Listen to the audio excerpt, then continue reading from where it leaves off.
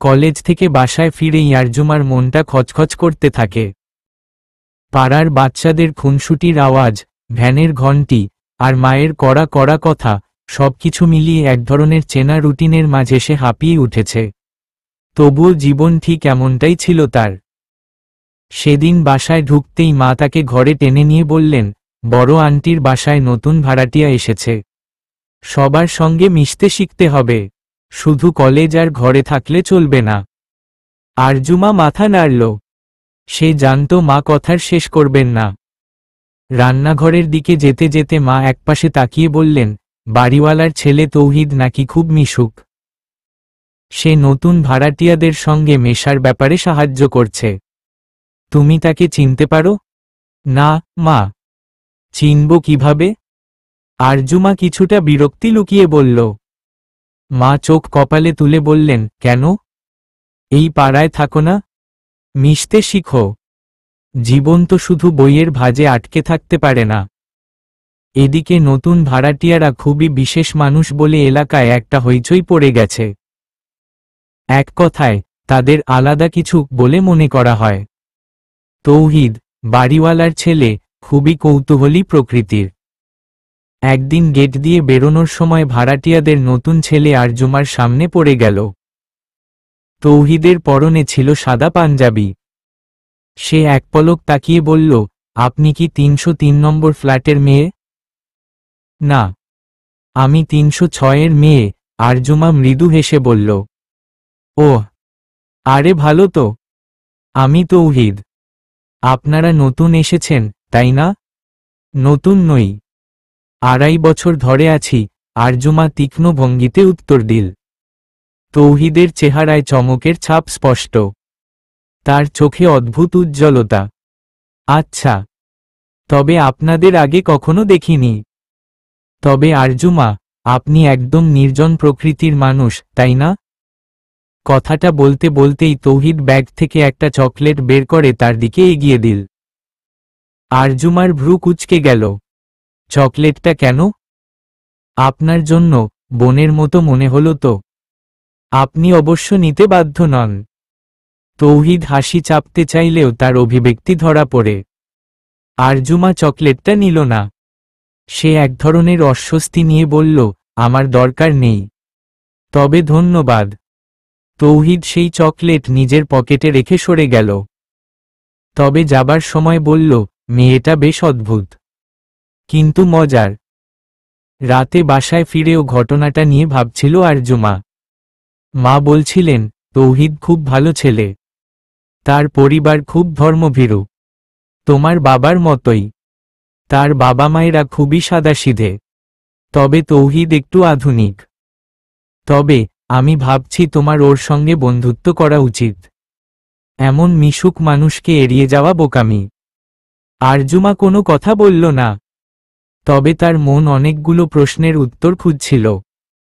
কয়েকদিনের মধ্যে তৌহিদ আর আরজুমার দেখা হতে থাকল, কখনো ছাদে, কখনো সিঁড়িতে।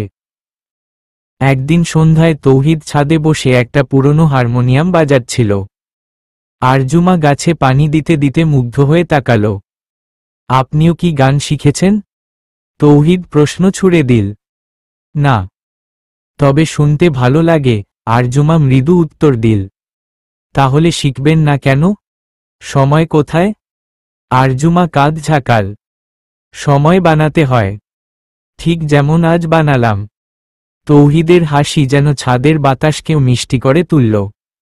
এইভাবেই শুরু হয়েছিল তৌহিদ আর আরজুমার কথাবার্তা। দুজনের স্বভাবের মধ্যে এক ধরনের ভিন্নতা থাকলেও ক্রমে তারা একে অপরের প্রতি আকৃষ্ট হতে থাকে। তৌহিদ মাঝে মাঝে আরজুমাকে বিভিন্ন চমক দিত, কখনো গল্পের বই, কখনো চকলেট। অন্যদিকে আরজুমা তাকে মাঝে মাঝে তার বানানো খাবার খাওয়াত। কিন্তু এই বন্ধুত্ব কি শুধুই বন্ধুত্বের সীমারেখায় থাকবে, নাকি ধীরে ধীরে নতুন মোড় নেবে? পরের দিন বিকেলে আরজুমা বাসার বারান্দায় বসে বই পড়ছিল। ঠিক তখনই কলিং বেল বাজল। দরজা খুলতেই তৌহিদ, আজ সন্ধ্যায় আমাদের বাড়িতে একটু আসবেন। আম্মা বিশেষ একটা আয়োজন করেছেন, তৌহিদ স্বভাবসিদ্ধ মিষ্টি হাসি নিয়ে বলল। আম্মাকে জিজ্ঞেস করতে হবে। তবে আমি আসব কিনা নিশ্চিত নই। আরজুমা ভেতরে ঢুকতে গিয়েও থমকালো। শুধু আম্মা বা আব্বুর জন্য না, আপনার জন্যও আমন্ত্রণ। আসবেন না কিন্তু মিস করবেন। তৌহিদের চোখে রহস্যময় হাসি। দেখি, বলেই দরজা বন্ধ করে দিল আরজুমা। সন্ধ্যায় মা তাকে টেনে নিয়ে গেলেন তৌহিদের বাসায়। খাবারের ঘ্রাণে পুরো বাড়ি ভরে গেছে। তৌহিদের মা, শারমিন আন্টি, আরজুমাকে খুব আদরে বসালেন। তৌহিদ তোমার খুব প্রশংসা করে। বলো তো, এমন নির্জন, শান্ত স্বভাবের মেয়ে কোথাও দেখিনি, শারমিন আন্টি বললেন। তৌহিদ বাড়িয়ে বলে, আরজুমা হেসে বলল, ওর কথায় বাড়াবাড়ি নেই। আমি জানি, তুমি অনেক ভালো মেয়ে। এই যুগে এরকম শান্ত মেয়ে কমই দেখা যায়। শারমিন আন্টি তার গালে হাত রাখলেন। তৌহিদ পাশ থেকে বলে উঠল, আম্মা, ওকে লজ্জা দেবেন না। আমি বলতে পারি, আপনার এই প্রশংসা আরজুমা মনে মনে বেশ পছন্দ করছে। তৌহিদের এই মন্তব্যে আরজুমা চোখ তুলে তাকাল। কিছু বলতে গিয়ে চুপ করে গেল। ডাইনিং টেবিল সাজানো ছিল ভিন্ন রকম খাবারে। তৌহিদের বাবা বললেন, তোমার মতামত জানতে চাই, আরজুমা। সব খাবার তো তৌহিদ নিজেই প্ল্যান করেছে। তৌহিদ রান্না করেছে? আরজুমা অবাক। না না, প্ল্যান করেছি। তবে আপনি চাইলেই আমি রান্না শিখতে পারি, তৌহিদ মজা করল। তৌহিদ সবসময়ই একটু বেশিই বলে, শারমিন আন্টি বললেন। ডিনার শেষে সবাই যখন গল্পে মেতে উঠল, তৌহিদ কৌশলে বলল, চলুন ছাদে। নিচে অনেক ভিড়। ছাদে? কেন? আরজুমা প্রশ্ন করল। আমাদের ছাদ কিন্তু দারুণ। আসুন, দেখুন, বলেই তৌহিদ পথ দেখাল। ছাদটা সাজানো ছিল কিছু রঙিন বাতি দিয়ে। যেন একটুখানি স্বপ্নের মতো। তৌহিদ বলল, ছোটবেলায় ছাদ ছিল আমার মুক্তির জায়গা। এখানে দাঁড়িয়ে আমি অনেক স্বপ্ন দেখতাম। আপনি কি কখনো স্বপ্ন দেখেন? স্বপ্ন তো দেখি। তবে খুব বেশি আশা করি না। কারণ জানি, সব স্বপ্ন সত্যি হয় না। সবাই বলে স্বপ্ন পূরণের জন্য কঠোর পরিশ্রম করতে হয়। কিন্তু আমি বলি, কখনো কখনো স্বপ্নকে আমাদের কাছে টেনে আনতে হয়। সব সময় এত ইতিবাচক কথা বলেন কিভাবে? আরজুমা মৃদু হাসল। কারণ আমি চাই না আমার আশেপাশের মানুষ কখনো হতাশায় ডুবে যাক। তাদের কথাবার্তার মাঝেই তৌহিদের চোখ পড়ল আরজুমার হাতে। একগুচ্ছ চুড়ি ধরা। আপনি চুড়ি পরেন? হ্যাঁ। আম্মা যখনই নতুন চুড়ি কিনে আনেন, আমাকেও দেন। এটা আমাদের ছোট্ট পারিবারিক রীতি। মজার রীতি। আম্মার কাছে বলবো আমাকে একটা চুড়ি কিনে দিতে। কারণ, আমার কোনো রীতি নেই। আরজুমা হেসে ফেলল। কয়েকদিন পর কলেজ থেকে ফিরছিল আরজুমা। বাসার গেটের কাছে এসে দেখে তৌহিদ একজন মেয়ের সঙ্গে দাঁড়িয়ে কথা বলছে। মেয়েটির মুখে উজ্জ্বল হাসি, চোখে একরাশ মুগ্ধতা। তৌহিদের হাসিও ছিল প্রাণবন্ত। মনের ভেতর কোথাও একটা অস্বস্তি অনুভব করল আরজুমা। নিজেকে থামিয়ে দ্রুত সিঁড়ি বেয়ে উপরে উঠে গেল। তবে সেদিনের হাসিমুখগুলো যেন মনের জানালায় ঘুরপাক খেতে লাগল। সেদিন রাতের খাবারে আরজুমা বেশ চুপচাপ ছিল। মা লক্ষ্য করে বললেন, কি হলো?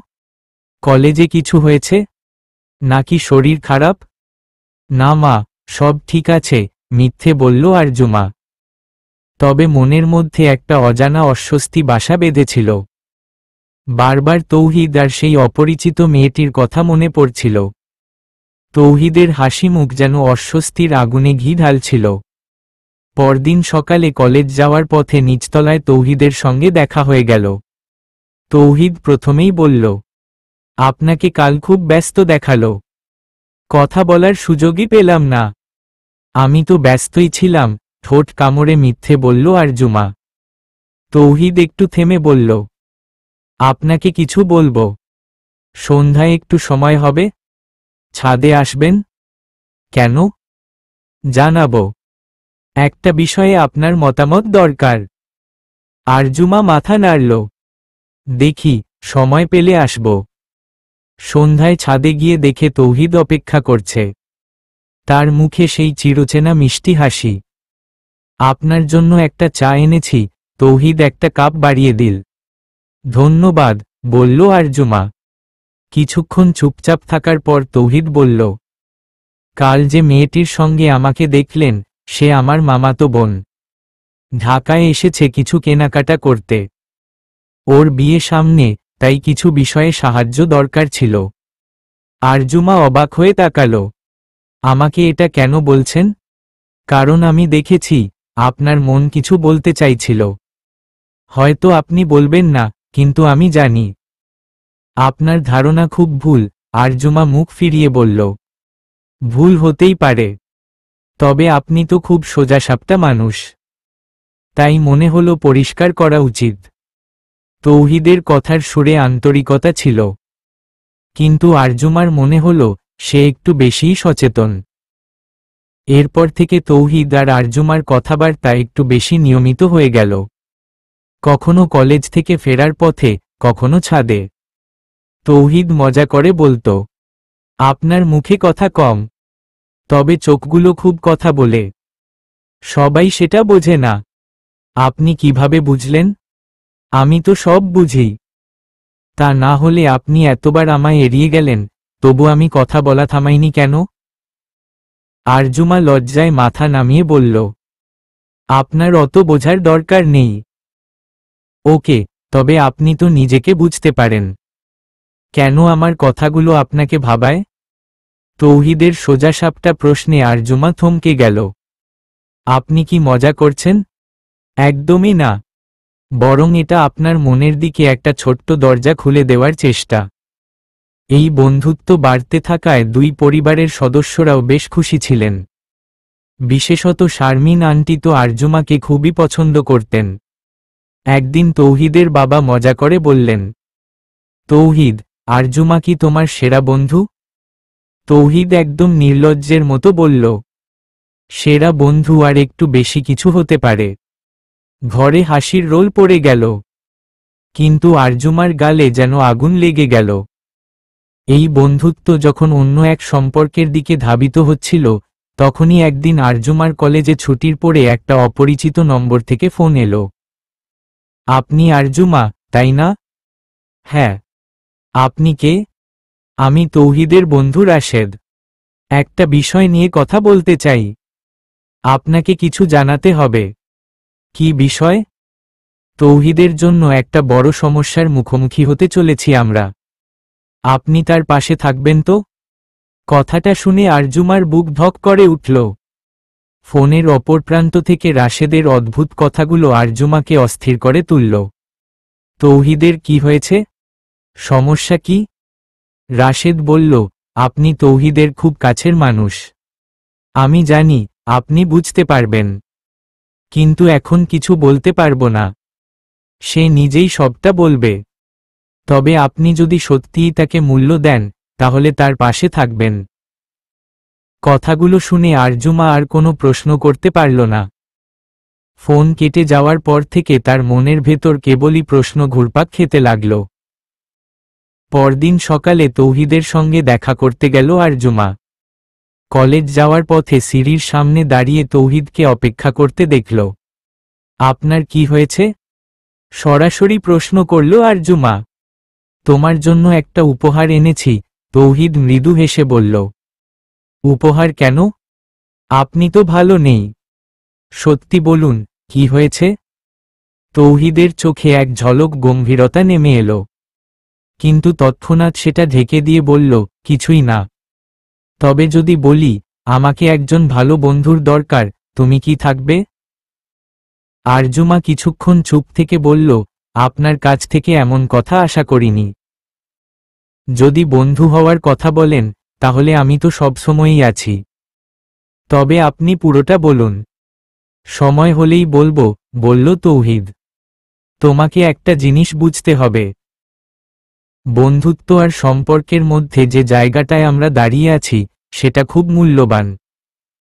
কয়েকদিন পর বিকেলে তৌহিদ হঠাৎ করেই আরজুমাকে ডেকে বলল, চলো, আজ একটা জায়গায় নিয়ে যাই। কোথায়? বিশেষ জায়গা। জানতে হলে যেতে হবে। অনিচ্ছা সত্ত্বেও আরজুমা রাজি হল। তৌহিদ তাকে শহরের একটু বাইরে নিয়ে গেল। সেখানে একটি পুরনো মসজিদের পাশে বাচ্চাদের জন্য একটি আশ্রয় কেন্দ্র। জায়গাটা খুব সুন্দরভাবে সাজানো। এটা কি? জিজ্ঞেস করল আরজুমা। আমাদের পরিবারের পক্ষ থেকে পরিচালিত একটি প্রকল্প। বাবা মা খুব চুপচাপ মানুষ, তাই এসব নিয়ে কথা বলেন না। কিন্তু এখানে আমার বেশিরভাগ সময় কাটে। এই বাচ্চাগুলোকে সাহায্য করাই আমার জীবনের সবচেয়ে বড় উদ্দেশ্য। তাহলে সমস্যাটা কি?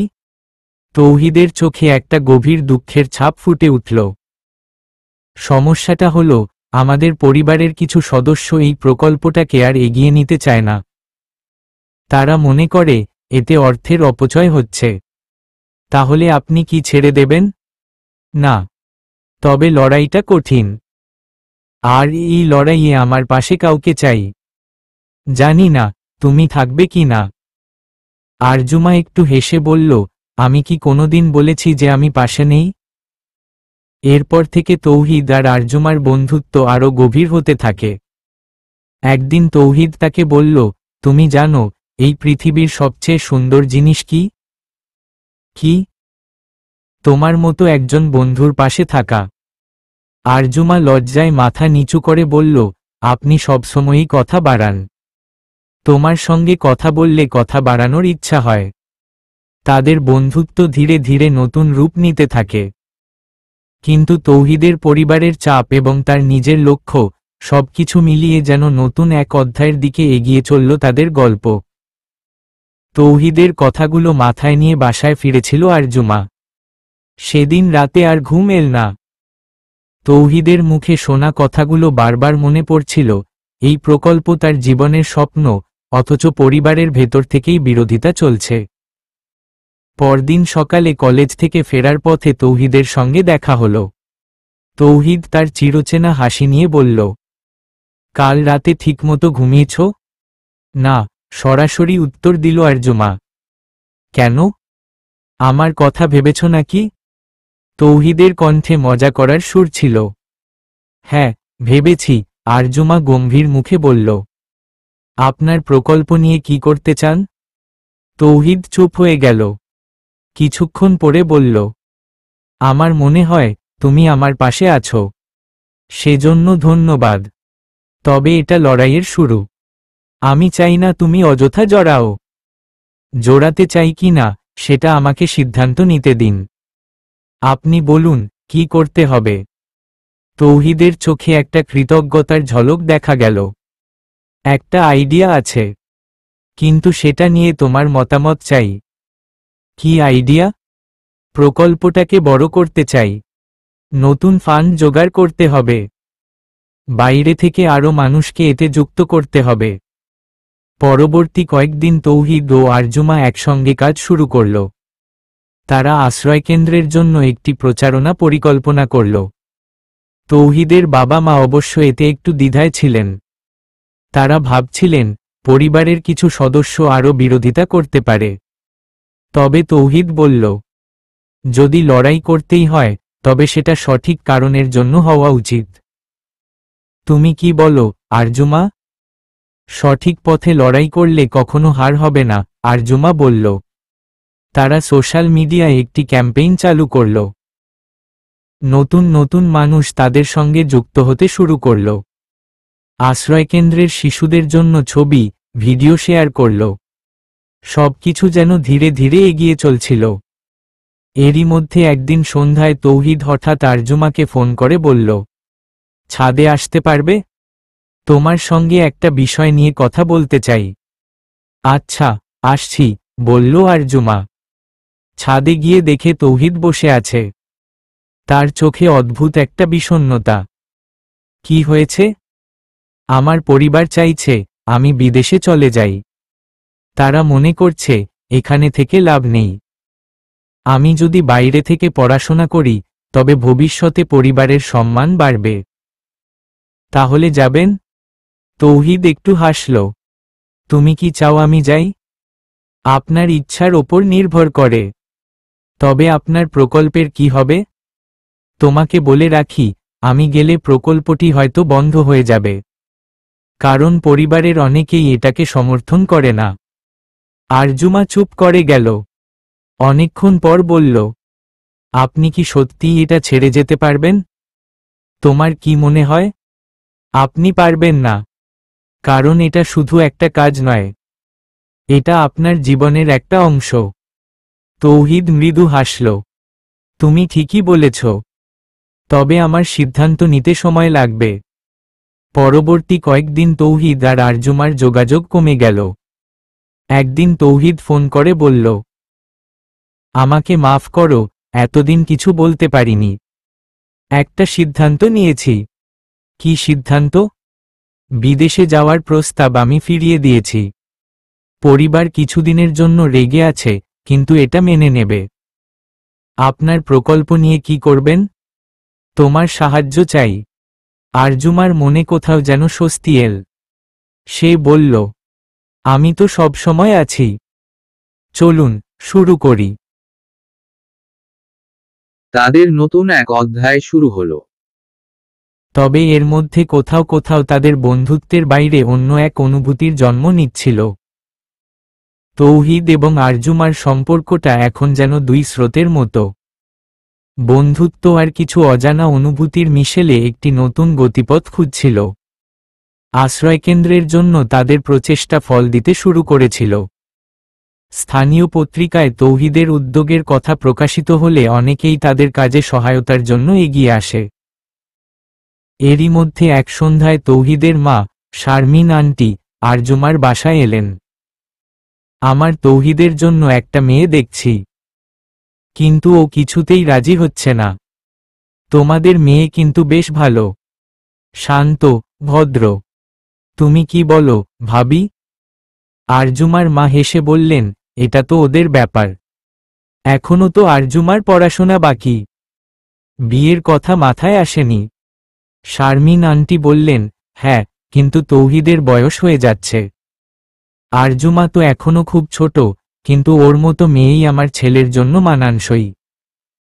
ভেতরের ঘর থেকে কথাগুলো শুনে আরজুমা কেমন একটা অস্বস্তি বোধ করল। সে জানত তার মা তাকে এখনই এই বিষয়ে জড়াবে না, কিন্তু শারমিন আন্টির কথাগুলো মনের মধ্যে দাগ কাটল। পরদিন সকালে তৌহিদের সঙ্গে দেখা হলো ছাদে। আরজুমার মুখে এক ধরনের অস্বস্তি ছিল। তুমি ঠিক আছো তো? তৌহিদ জিজ্ঞেস করল। হ্যাঁ। তবে তোমার মা কাল রাতে আমাদের বাসায় এসেছিলেন। কিছু কথা বলেছেন। কি কথা? তোমার বিয়ের কথা। তৌহিদের চোখে অবাক হওয়ার ছাপ পড়ল। বিয়ের কথা? তুমি কি বললে? আমার বলার কিছু নেই। আমি এসব বিষয়ে কিছু ভাবিই না। আর তুমি কেন কিছু বললে না? তৌহিদ একটু হাসল। কারণ আমি জানি আমার জীবনে এখনো সময় আছে। কিন্তু আমার পরিবার একটু বেশি উদ্বিগ্ন। তাহলে তুমি কি করবে? আমি জানি না। তবে আমি জানি, যদি বিয়ে করতে হয়, তবে সেটা হবে এমন একজনের সঙ্গে, যে আমার জীবনটা পুরোপুরি বুঝতে পারবে। তৌহিদের কথাগুলো গভীর, কিন্তু সেগুলো যেন আরজুমার হৃদয় এক ধরনের মিষ্টি সুর তোলে। একটি ভুল বোঝাবুঝি। কিছুদিন পর এক বিকেলে আরজুমা আশ্রয়কেন্দ্রে গিয়েছিল। সেখানে এক অচেনা মেয়েকে তৌহিদের সঙ্গে বেশ ঘনিষ্ঠভাবে কথা বলতে দেখল। মেয়েটি সুন্দর এবং প্রাণবন্ত। তাদের মধ্যে কথোপকথনের ভঙ্গি দেখে আরজুমার মনে কেমন একটা দুঃখের সুর বেজে উঠল। আপনার সঙ্গে পরিচিত হতে পেরে খুব ভালো লাগলো, মেয়েটি তৌহিদকে বলল। আমিও খুশি। আপনি যদি এই প্রকল্পে যুক্ত হন, আমাদের জন্য সেটা আশীর্বাদ হবে, তৌহিদের উত্তর। এই কথাগুলো শুনে আরজুমা বুঝতে পারল না, কেন তার এত খারাপ লাগছে। সে দ্রুত সেখান থেকে চলে এল। সেদিন সন্ধ্যায় তৌহিদ ফোন করল। তুমি আশ্রয়কেন্দ্রে এসে চলে গেলে কেন? এমনি। একটু কাজ ছিল। তুমি কি রাগ করেছ? আমি কেন রাগ করব? তোমার কণ্ঠে কিছু একটা লুকানো আছে। বলো, কি হয়েছে? কিছু হয়নি। তাহলে কালকে ছাদে আসবে? আমি তোমার সঙ্গে কিছু কথা বলতে চাই। পরদিন সন্ধ্যায় ছাদে তৌহিদ অপেক্ষা করছিল। আরজুমা সেখানে গিয়ে এক ধরনের দ্বিধা নিয়ে দাঁড়াল। তুমি কিছুদিন ধরে কেমন যেন হয়ে গেছ। আমাকে এড়িয়ে চলছ। কারণটা বলবে? তৌহিদ সরাসরি প্রশ্ন করল। কিছু হয়নি। তুমি ভুল ভাবছ। আরজুমা, তুমি জানো আমি তোমাকে মিথ্যে বলবো না। আমি যদি কখনো ভুল করে থাকি তাহলে সেটা বলার অধিকার তোমার আছে। কিন্তু আমাকে এড়িয়ে যেও না। তৌহিদের সোজাসাপটা কথা শুনে আরজুমা এক মুহূর্ত চুপ থেকে বলল, তোমার জীবনে আমার কোনো গুরুত্ব নেই। তুমি যা করো সেটা তোমার সিদ্ধান্ত। আমি শুধু তোমার কাজের প্রতি শ্রদ্ধা রাখি। সেটা ছাড়া আর কিছু নয়। তৌহিদের চোখে একটা ব্যথার ছাপ পড়ল। কিন্তু সে বলল, তোমার জন্য হয়তো এই সম্পর্ক শুধু বন্ধুত্ব। কিন্তু আমি তোমার থেকে আরো বেশি কিছু আশা করি। সেটা বুঝতে অনেক দেরি হয়েছে। তাও বলতে চাই, আমি তোমাকে পছন্দ করি। যদি তোমার কোনো আপত্তি না থাকে, আমি তোমার সঙ্গে জীবনটা ভাগ করতে চাই। তৌহিদের কথাগুলো শুনে আরজুমা হতবাক। সে জানত না কি বলবে। মনের গভীরে কোথাও একটা চাপা আনন্দের ঝলক আসল, কিন্তু সেটা ঢেকে রেখে বলল, এই নিয়ে আমি কিছু বলতে পারবো না। আম্মা বাবার সঙ্গে কথা বলতে হবে। সেদিন রাতে আরজুমার ঘুম এল না। তৌহিদের প্রস্তাব, তার চোখের গভীরতার চিত্র, সবকিছু তার মনকে এলোমেলো করে দিয়েছিল। তবে এটা কি সত্যিই তাদের সম্পর্কের নতুন শুরু, নাকি আরো বড় কোনো বাঁক অপেক্ষা করছে? পরদিন সকালে আরজুমা কলেজে যাওয়ার জন্য তৈরি হচ্ছিল। মায়ের চোখে মুখে কেমন একটা কৌতূহল ছিল। কি রে, আজ বেশ চুপচাপ? কি হয়েছে? কিছু না মা। রোজকার মতো বলে এড়িয়ে গেল আরজুমা। কিন্তু মনের মধ্যে ঝড় বইছিল। তৌহিদের প্রস্তাব নিয়ে কি বলবে? কোথা থেকে শুরু করবে?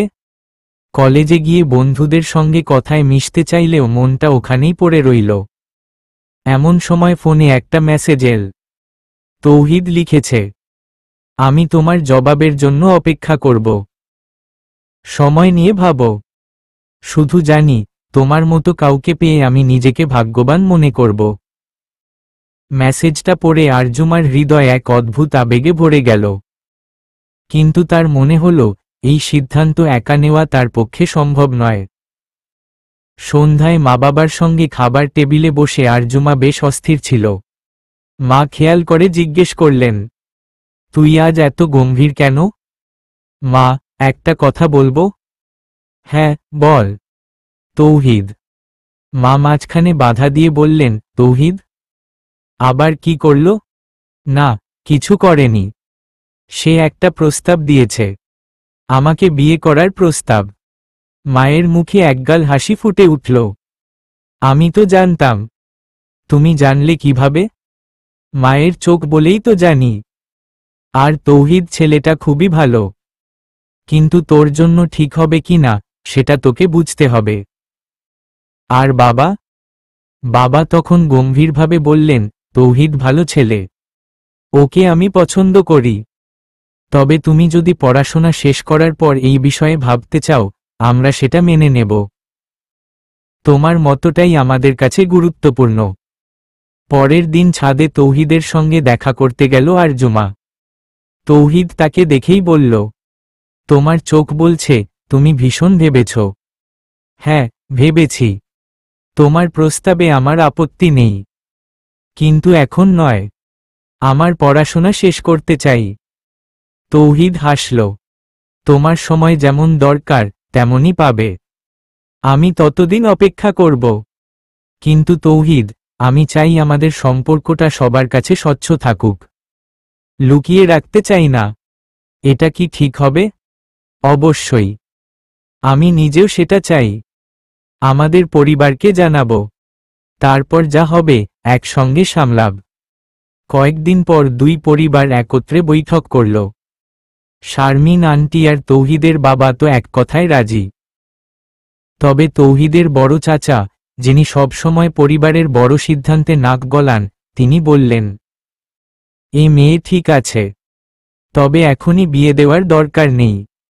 আগে তৌহিদের ক্যারিয়ার হোক, তারপর এসব। তৌহিদের বাবা বললেন, আমরা তো এখনই বিয়ের কথা বলছি না। ওরা দুজনই পরিপক্ক, কিছু সময় দিন। চাচার মুখে ভাটার মতন হাসি। ঠিক আছে, তবে পরিবারে এমন ঘটনা যেন আমাদের সম্মানহানি না করে। মেয়েটি ঠিকঠাক চলুক। আরজুমার মা কিছু বলতে যাচ্ছিলেন, কিন্তু তৌহিদের বাবা কথা ঘুরিয়ে দিলেন। সব ঠিক হয়ে যাবে। বিয়ের বিষয়গুলো সরে যেতেই তৌহিদ এবং আরজুমা আবার তাদের প্রকল্পের কাজে মন দিল। এবার তাদের কাজ আরও বৃহৎ পরিসরে গড়াল। তৌহিদের পরিকল্পনা ছিল আশ্রয়কেন্দ্রের পাশে একটি ছোট ক্লিনিক তৈরি করা, যেখানে বাচ্চাদের এবং আশপাশের দরিদ্র মানুষের চিকিৎসা দেওয়া যাবে। আরজুমা বলল, তুমি এত কাজের মধ্যে কিভাবে সামলাও? তোমার জন্য, তৌহিদ মৃদু হেসে বলল। তোমার এই উত্তরগুলো এত সাধারণ হয়, কিন্তু এর মধ্যে গভীরতা আছে। তোমার মতো একজন পাশে থাকলে মানুষের স্বপ্ন পূরণ করা সহজ হয়ে যায়। তাদের কাজ এগিয়ে চলছিল। তবে এর মধ্যেই একদিন তৌহিদের বড় চাচার বাড়ি থেকে হঠাৎ করে কিছু অভিযোগ এল। এই প্রকল্পগুলোতে অনেক টাকা নষ্ট হচ্ছে। তৌহিদ নিজের পরিবার নিয়ে ভাবছে না, শুধু বাইরে কাজ নিয়ে ব্যস্ত। তৌহিদের বাবা গম্ভীরভাবে বিষয়গুলো নিয়ে কথা বলার সিদ্ধান্ত নিলেন। তৌহিদ জানত, সামনে কঠিন সময় আসছে, কিন্তু তার একটাই ভরসা ছিল, আরজুমা। তৌহিদ একদিন তাকে বলল, তুমি যদি আমার পাশে না থাকতে, আমি হয়তো এই লড়াইয়ে টিকে থাকতে পারতাম না। আরজুমা মৃদু হেসে বলল, তোমার জন্য লড়াই করা আমার দায়িত্ব। তুমি যেভাবে অন্যদের জন্য লড়াই করছো, সেভাবেই তোমার পাশে থাকতে চাই। কিন্তু তৌহিদ জানত না, এই লড়াইয়ের পরিণতি কি হবে। পরিবার, সমাজ এবং সম্পর্ক, সবকিছু মিলিয়ে তাদের সামনে বড় একটা পরীক্ষা অপেক্ষা করছে। পরবর্তী কয়েকদিনে তৌহিদের পরিবারের ভেতর উত্তেজনা বাড়তে লাগল। বড় চাচা একদিন সরাসরি তৌহিদের বাবাকে বললেন, তৌহিদ যা করছে, সেটা একেবারেই সঠিক নয়। পরিবারের সম্মান রক্ষা করার বদলে সে অর্থ নষ্ট করছে। আশ্রয়কেন্দ্র, ক্লিনিক, এসব থেকে আমাদের কি লাভ? তৌহিদের বাবা ধীর গলায় বললেন, এই প্রকল্পগুলো আমাদের পরিবারের নামই উজ্জ্বল করছে। সবার প্রতি দায়িত্ব পালন করা আমাদের কর্তব্য। চাচা রাগান্বিত কণ্ঠে বললেন, তোমার ছেলে আমাদের শত্রু বানাচ্ছে। সবার বিরুদ্ধে গিয়ে চললে একদিন আমাদেরই সমস্যায় ফেলবে। যদি ওকে থামানো না হয়, আমি পরিবার থেকে আলাদা হয়ে যাব। তৌহিদ এই কথোপকথনের সময় কাছেই দাঁড়িয়েছিল। সব শুনে তার মনে হল, পরিবারের মধ্যে এই বিরোধ যেন তার স্বপ্নের পথে অন্তরায় হয়ে দাঁড়াচ্ছে। তৌহিদ সেই রাতেই আরজুমাকে সব জানাল। ছাদে বসে আরজুমা অনেকক্ষণ চুপচাপ শুনল। তাহলে এখন কি করবে তুমি? আমি জানি না। বাবাকে খুব বিপদে ফেলছি মনে হচ্ছে। বড় চাচা যদি সত্যিই পরিবার ছেড়ে আলাদা হয়ে যায়, সেটা সবাইকে কষ্ট দেবে। তাহলে কি তুমি সবকিছু ছেড়ে দেবে? তৌহিদ চোখ তুলে তাকাল। তুমি কি সেটা করতে বলছো? একদমই না। আমি বলছি, তুমি যা করছো, সেটা সঠিক। কিন্তু এই লড়াইয়ে মনের জোর না থাকলে জিততে পারবে না। তুমি কি সব সময় আমার পাশে থাকবে? আমি তো আছি, মৃদু হেসে বলল আরজুমা। তবে এটা কেবল তোমার লড়াই নয়। আমি চাই তোমার পরিবারও একদিন বুঝুক, তুমি যা করছো, সেটা তাদের জন্যই সম্মানজনক। এর মধ্যেই তৌহিদের বড় চাচা পরিবারের অন্য সদস্যদের ডেকে মিটিং করলেন। সেখানে সবাইকে জানালেন, তৌহিদের এই কাজগুলো যদি বন্ধ না হয়, আমি সম্পত্তির ভাগ দাবি করব। আমাদের পক্ষে এভাবে চলা সম্ভব নয়। তৌহিদের বাবা শান্ত গলায় বললেন, তুমি তোমার সিদ্ধান্ত নিতে পারো, কিন্তু আমি আমার ছেলেকে তার লক্ষ্য থেকে সরাব না। সে সঠিক কাজ করছে।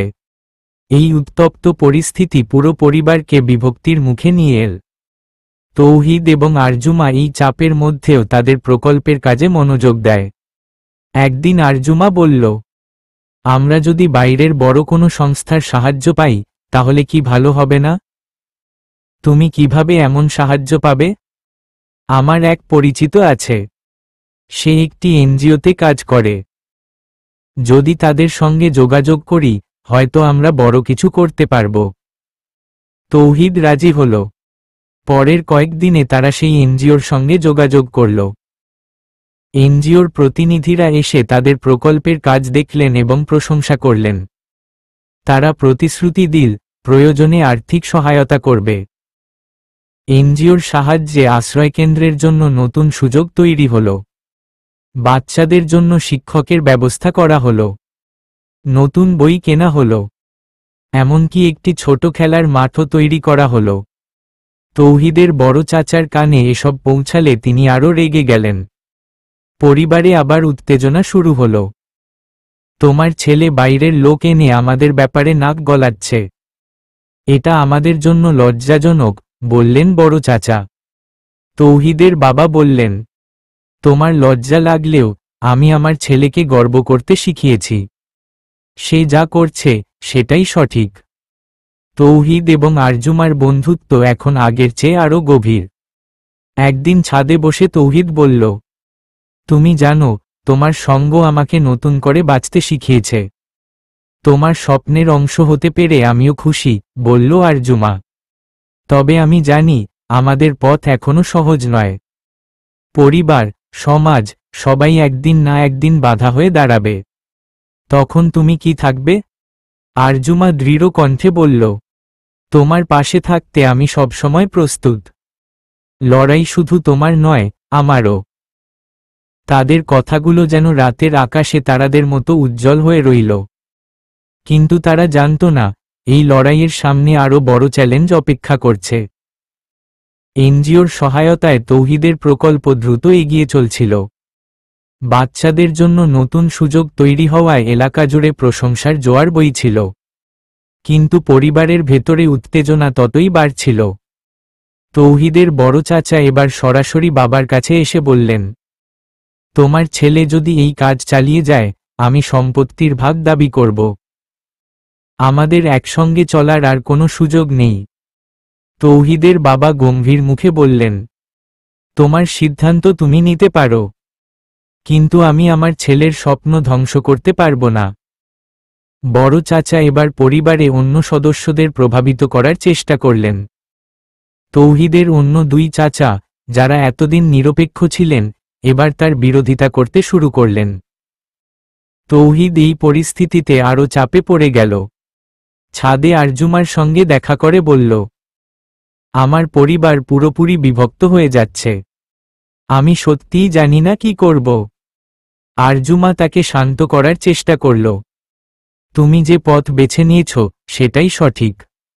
পরিবারে কিছুদিনের জন্য উত্তেজনা থাকবে, কিন্তু যখন তারা দেখবে তুমি সফল তখন তারাই তোমার পাশে থাকবে। এর মধ্যেই প্রকল্পের কাজ দেখতে একদিন একটি স্থানীয় সংবাদ মাধ্যমের প্রতিনিধি এলেন। তারা পুরো কার্যক্রমটি ভিডিও করল এবং একটি প্রতিবেদন তৈরি করল। কিন্তু সমস্যার শুরু এখান থেকেই। সংবাদ মাধ্যমে প্রকাশিত খবর দেখে এলাকার আরও কিছু মানুষ বিরোধিতা শুরু করল। কেউ কেউ বলল, তৌহিদ নিজেকে সমাজসেবক বানানোর জন্য এসব করছে। প্রকল্পের টাকা নিজের কাজে লাগাচ্ছে। তৌহিদের বড় চাচা এই অভিযোগ আরও উস্কে দিলেন। বললেন, আমি তো আগেই বলেছিলাম এই ছেলেটা আমাদের পরিবারের জন্য লজ্জার কারণ হবে। তৌহিদ খবরটি শুনে ভীষণ ভেঙে পড়ল। আমাকে কেউ না বুঝলেও চলবে, কিন্তু মিথ্যা অভিযোগ সহ্য করতে পারব না, সে বলল। তৌহিদ যখন ভেঙে পড়ছিল তখন আরজুমা দৃঢ় কণ্ঠে বলল, তুমি যদি সত্যিই সঠিক কাজ করো তবে এই মিথ্যা অভিযোগে ভেঙে পড়বে না, বরং এগুলোকে মিথ্যা প্রমাণ করতে হবে। আমাদের কাজই হবে জবাব। তৌহিদ মুগ্ধ হয়ে তাকিয়ে বলল, তুমি কিভাবে এত শক্ত হতে পারো? কারণ আমি জানি অন্যের মঙ্গলের জন্য তুমি লড়াই করছো। এই লড়াইয়ে তোমার পাশে থাকতে আমি কখনো পিছপা হব না। এরপর থেকে তৌহিদ এবং আরজুমা আরও মনোযোগ দিয়ে প্রকল্পে কাজ করতে শুরু করল। তারা প্রকল্পের সমস্ত আর্থিক তথ্য জনসমক্ষে প্রকাশ করল। এমনকি যারা অভিযোগ তুলেছিল তাদেরকেও প্রকল্প ঘুরে দেখার আমন্ত্রণ জানাল। একদিন তৌহিদের বাবা বাড়ির সবাইকে ডেকে বললেন, তোমরা যদি মনে কর আমার ছেলে ভুল করছে তাহলে দেখো, কিন্তু আমি জানি সে যা করছে সেটা আমাদের পরিবারের জন্য সম্মানের। যারা তাকে বোঝে না তারা তার পাশে না দাঁড়ালেও আমি তার পাশে থাকব। এই কথাগুলো শুনে তৌহিদের মায়ের চোখে জল এল। তিনি বললেন, আমাদের ছেলেকে আমরা নিজেরাই যদি সমর্থন না করি তাহলে বাইরের কেউ করবে কেন? তৌহিদের এবং আরজুমার প্রচেষ্টায় প্রকল্পটি ধীরে ধীরে আরও বড় হতে লাগল। আরও নতুন শিশু যুক্ত হল। তাদের জন্য চিকিৎসা, শিক্ষা এবং খেলার ব্যবস্থা আরও উন্নত করা হল। তৌহিদের বড় চাচা এবং অন্য যারা বিরোধিতা করছিল তারাও একসময় চুপ হয়ে গেল। কারণ তারা বুঝতে পারল তৌহিদ যা করছে তা শুধু তার জন্য নয়, সবার জন্য উপকারী। প্রকল্পের সফলতার পর তৌহিদ আর একদিনও দেরি করল না। সে সরাসরি আরজুমার বাড়িতে এসে তার বাবা মায়ের কাছে বলল, আপনাদের মেয়েকে আমি ভালোবাসি। তাকে ছাড়া আমার পথ অসম্পূর্ণ। আমি চাই সে সব সময় আমার পাশে থাকুক। আরজুমার বাবা মা কিছুক্ষণ চুপ করেছিলেন।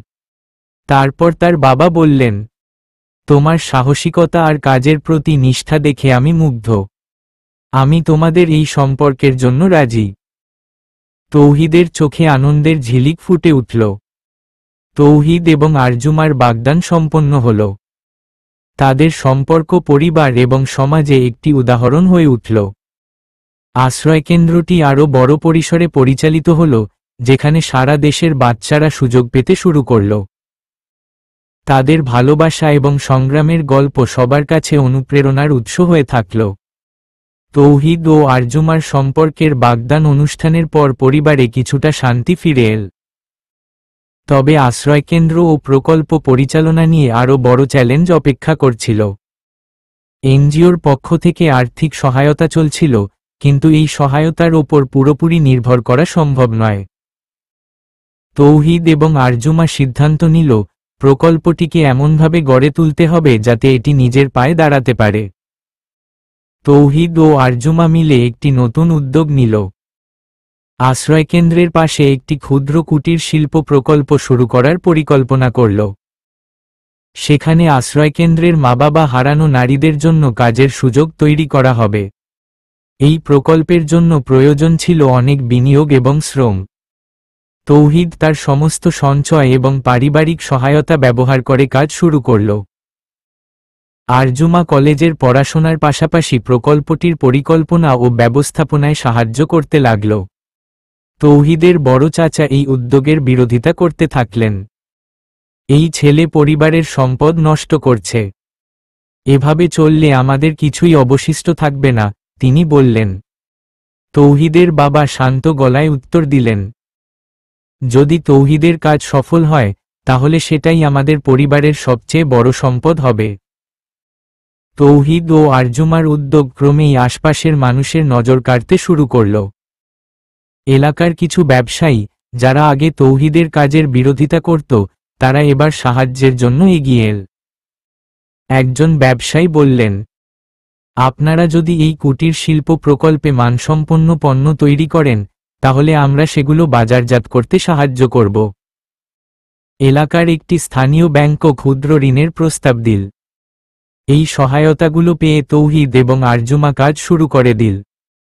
এর মধ্যেই একদিন তৌহিদ লক্ষ্য করল আরজুমা দিন দিন আরও ক্লান্ত হয়ে পড়ছে। তুমি ঠিক আছো? হ্যাঁ, কাজের চাপ একটু বেশি, আরজুমা হেসে বলল। কিন্তু তুমি কলেজে পড়াশোনা করছে, আবার প্রকল্পের কাজে সময় দিচ্ছ। এটা কি সম্ভব? তোমার স্বপ্নের অংশ হতে হলে কিছু ত্যাগ স্বীকার করতে হবে, তাই না? তৌহিদ গভীরভাবে তাকিয়ে বলল, তুমি শুধু আমার স্বপ্নের অংশ নও, তুমি আমার শক্তি। কিন্তু তোমার শরীর আর মনের স্বাস্থ্যের চেয়ে কোনো স্বপ্ন বড় হতে পারে না। তোমাকে নিজের প্রতি যত্ন নিতে হবে। আরজুমা চুপ করে গেল। তবে মনের ভেতর তৌহিদের কথাগুলো তাকে আরও শক্ত হতে সাহায্য করল। তাদের কুটির শিল্প প্রকল্প সফল হতে শুরু করল। আশ্রয়কেন্দ্রের নারীরা হাতে তৈরি গহনা, কাপড় এবং হস্তশিল্প তৈরি করছিল। এসব পণ্য স্থানীয় বাজারে বিক্রি হচ্ছিল। এর আয় থেকে আশ্রয়কেন্দ্রের খরচ মেটানো হচ্ছিল। এলাকার একজন সাংবাদিক এই উদ্যোগের ওপর একটি প্রতিবেদন তৈরি করেন, যা সামাজিক মাধ্যমে ছড়িয়ে পড়ে।